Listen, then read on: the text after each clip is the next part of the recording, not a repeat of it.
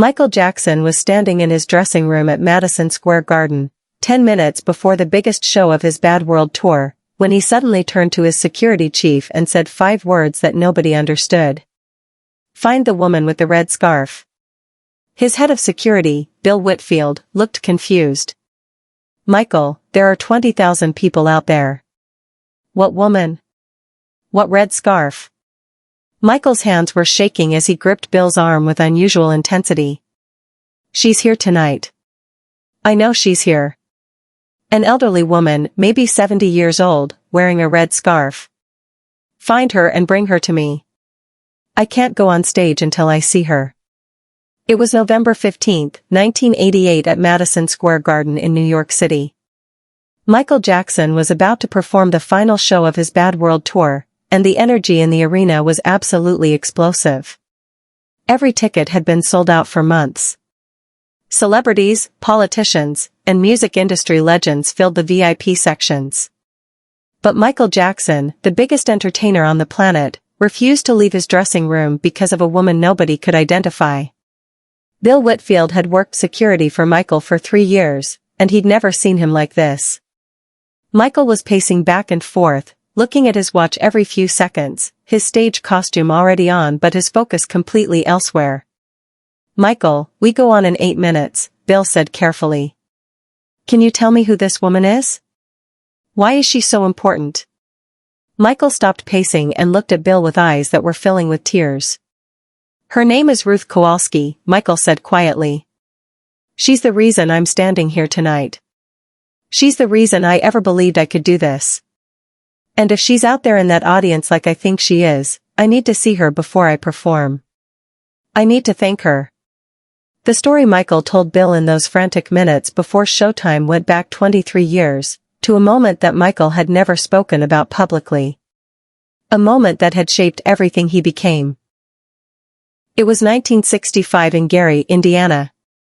Michael Jackson was 7 years old, the youngest member of the Jackson 5, and the family was struggling in ways that most people never knew about.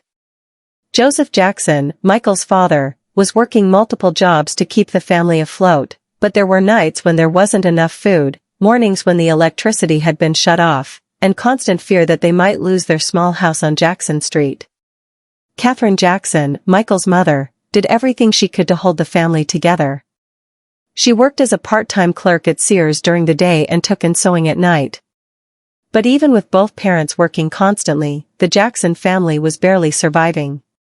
The boys in the Jackson 5 were talented, everyone in Gary knew that, but talent doesn't pay rent. Talent doesn't put food on the table. And in 1965, the idea that 5 black boys from Gary, Indiana would become international superstars seemed like an impossible dream. Ruth Kowalski was a 62-year-old widow who lived 3 houses down from the Jacksons on Jackson Street.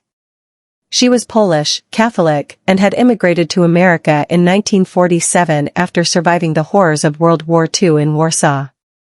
Her husband had died in 1963, and her only son had been killed in Vietnam in 1964.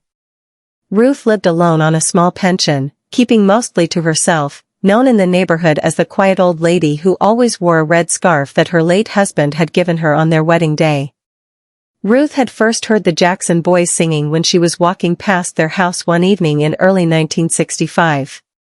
She'd stopped on the sidewalk, mesmerized by the pure, angelic voice of the youngest boy, the one who couldn't have been more than 7 years old. She'd stood there for nearly 20 minutes, listening through the open window as the boys rehearsed, and when she finally walked home, she was crying. Not from sadness, but from the memory of beauty in a world that had shown her so much ugliness. The next day, Ruth did something that surprised everyone in the neighborhood. She knocked on the Jacksons' door and asked to speak to Katherine. When Katherine answered, exhausted from another sleepless night worrying about bills, Ruth handed her an envelope. Inside was $200, nearly half of Ruth's monthly pension. "Mrs. Jackson," Ruth said in her thick Polish accent, "I heard your boys singing last night. That youngest one, Michael, he has the voice of an angel. Please, take this money. Buy them something they need. Instruments, lessons, whatever helps them share their gift with the world." Katherine tried to refuse. She couldn't take money from a widow living on a pension. But Ruth was insistent. "In my life, I have seen terrible things," Ruth said, her eyes distant with painful memories. "In the war, in the camps, I saw humanity at its worst. But when I hear that little boy sing, I remember that there is still beauty in this world. There is still hope. Please, let me help. You don't know how much it means to me."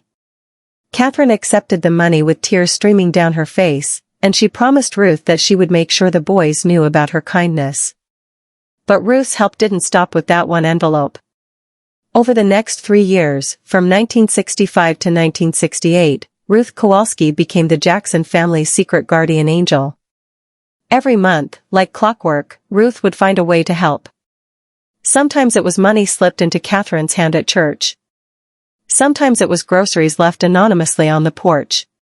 Sometimes it was paying a utility bill directly to the company before the Jacksons even knew it was overdue.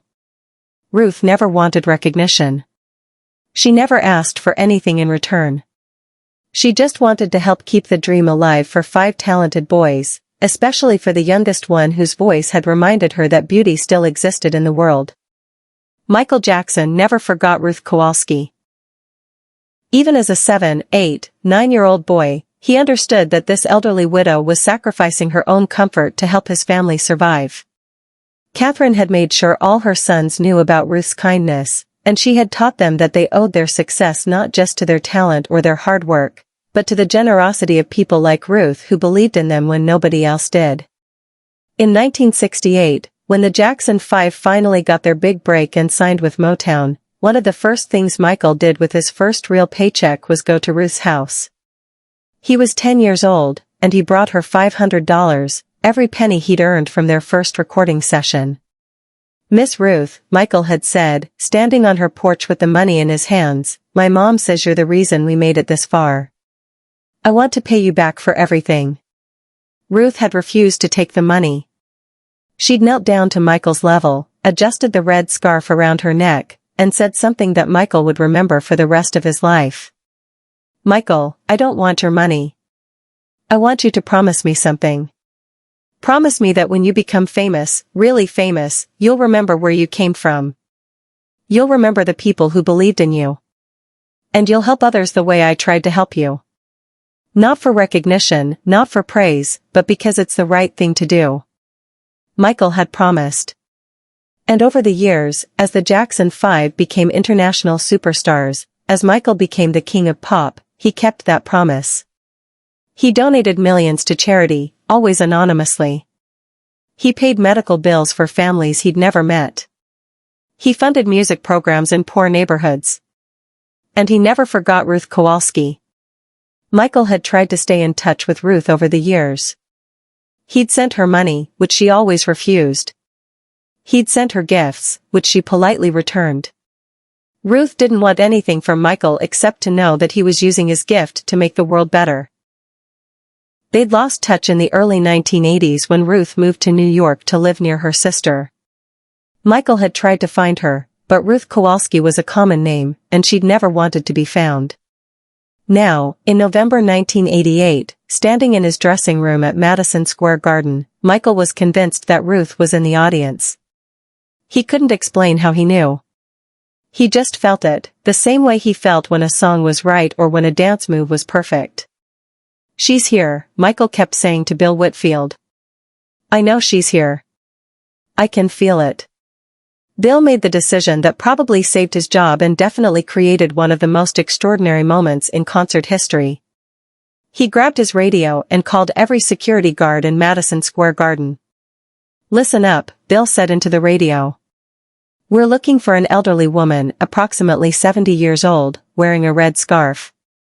Check every section, every row, every seat. Find her and bring her backstage immediately.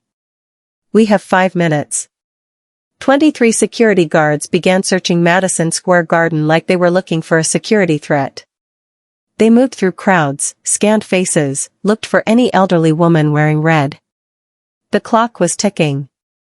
4 minutes until showtime. 3 minutes. 2 minutes.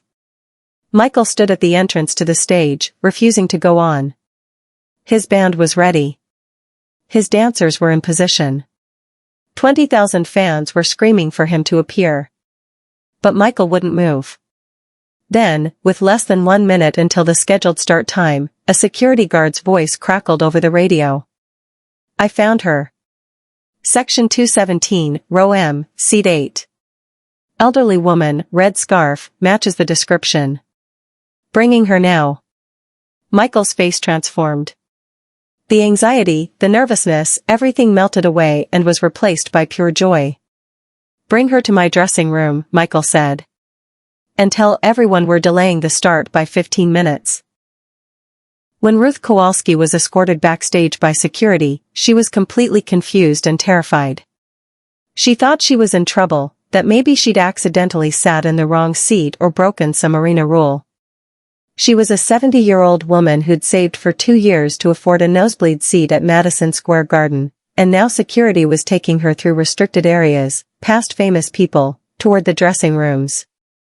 The security guard stopped in front of a door and knocked. "Come in," a familiar voice called from inside. When the door opened and Ruth saw Michael Jackson standing there in his full stage costume, she nearly collapsed. Michael rushed forward and caught her, guiding her to a chair. "Miss Ruth," Michael said, kneeling in front of her just like she'd knelt in front of him 23 years earlier. "You came. I knew you'd be here."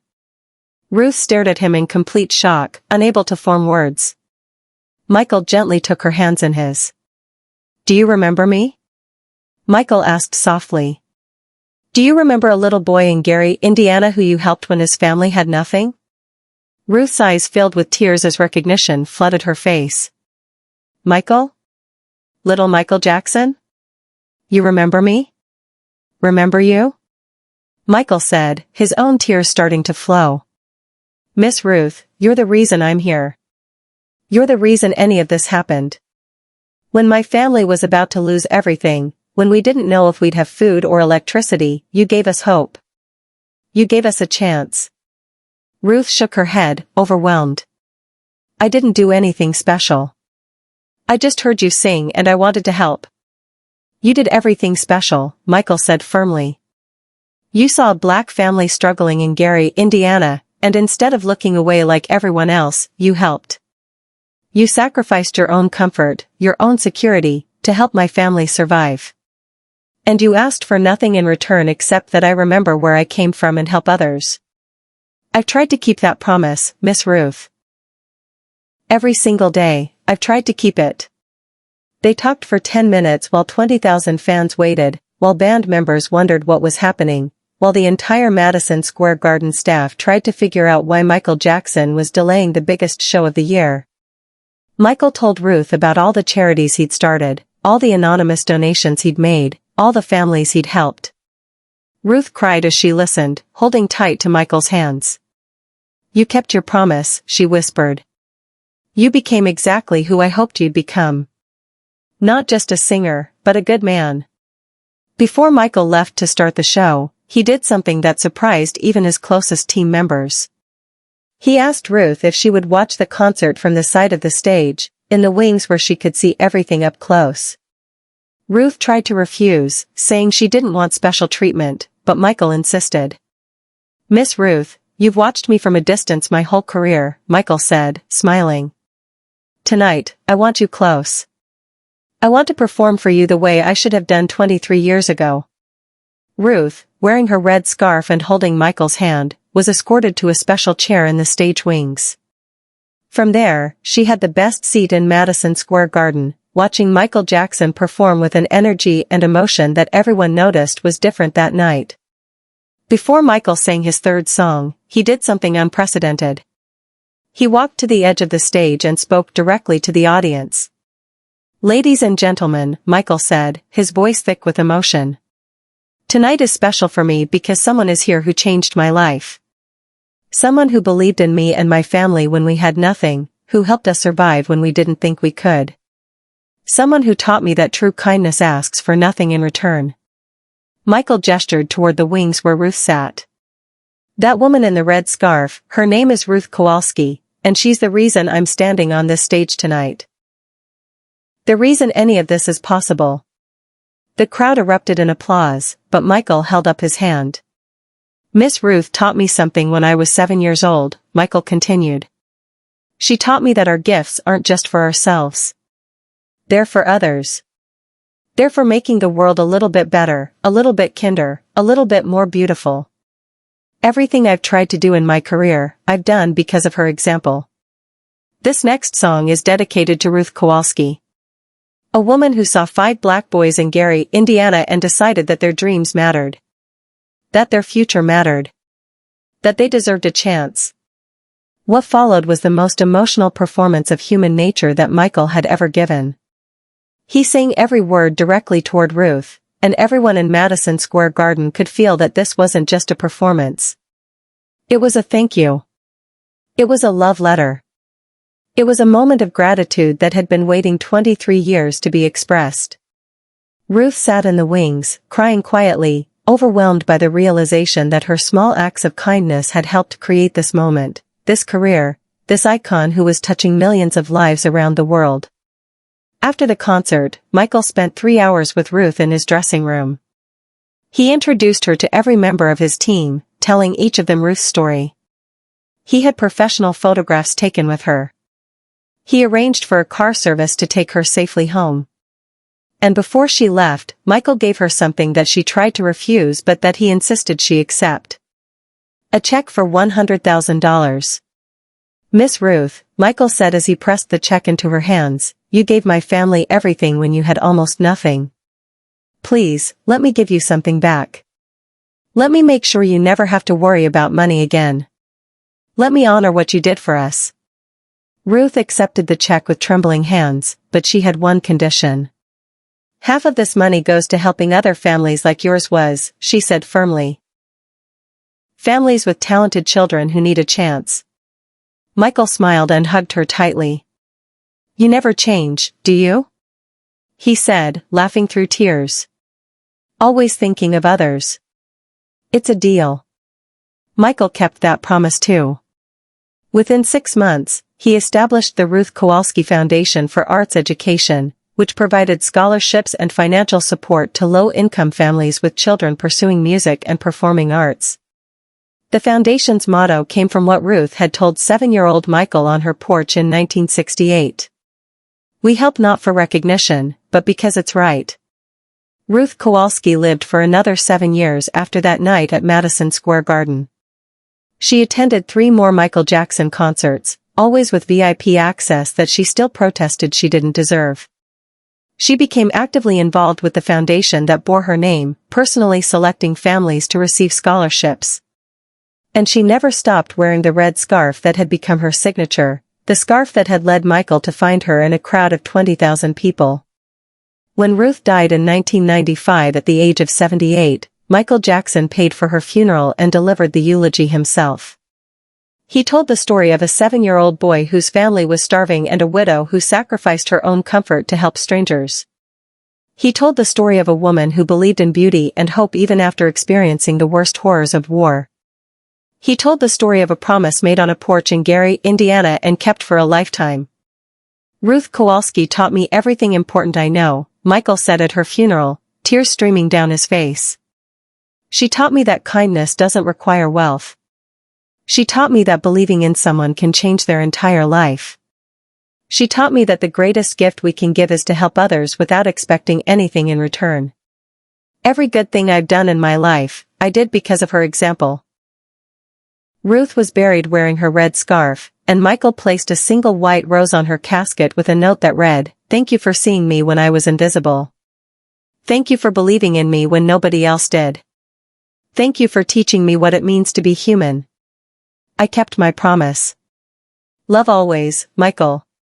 The Ruth Kowalski Foundation continued to operate long after both Ruth and Michael had passed away. To date, it has provided over $40 million in scholarships and support to more than 3,000 families, helping launch the careers of countless musicians, dancers, and artists who might otherwise have never had a chance. Every scholarship recipient receives a red scarf with their acceptance letter, a reminder that someone believed in them, just like Ruth believed in a family in Gary, Indiana in 1965. Michael Jackson kept Ruth's story private for most of his career. He never spoke about it in interviews, never used it for publicity, never tried to gain anything from sharing it. The story only became widely known after his death in 2009, when his estate released his personal journals and letters. In those private writings, Michael mentioned Ruth dozens of times, always with reverence, always with gratitude, always acknowledging that she was the foundation of everything he built. The story of Michael Jackson and Ruth Kowalski reminds us that we never know how our small acts of kindness might change the world. Ruth didn't give money to the Jackson family because she thought they'd become famous. She helped because she heard beauty and wanted to protect it. She saw a struggling family and decided they deserved a chance. She gave what little she had because it was the right thing to do. And in doing so, she helped create Michael Jackson. Not just Michael Jackson the performer, but Michael Jackson the humanitarian, the giver, the man who spent his life trying to help others the way Ruth had helped him. Every time Michael Jackson stopped a concert to help a sick child, every time he donated to charity, every time he used his platform to give someone else a chance, he was honoring Ruth Kowalski. He was keeping the promise he made to a 70-year-old widow on a porch in Gary, Indiana. He was proving that the gifts we receive from others aren't just for us. They're for everyone we touch with our lives. Ruth Kowalski died believing she'd done very little. Just helped one family in a hard time. What she didn't live long enough to fully understand was that by helping the Jackson family, she'd indirectly touched hundreds of millions of lives around the world. Every person who was moved by Michael's music, inspired by his performances, or helped by his charity was, in a way, touched by Ruth's kindness. That's the power of generosity. It doesn't just change one life. It ripples outward, touching people who will never know the name of the person who started the wave. Subscribe now and share this story with someone who has helped you when you had nothing. Tell us in the comments about an act of kindness that changed your life. Hit that notification bell for more untold stories about the people who shaped Michael Jackson's heart and reminded him what truly matters. Because sometimes the most important people in our lives aren't the ones on stage or on screen. They're the ones who quietly believe in us when nobody else does.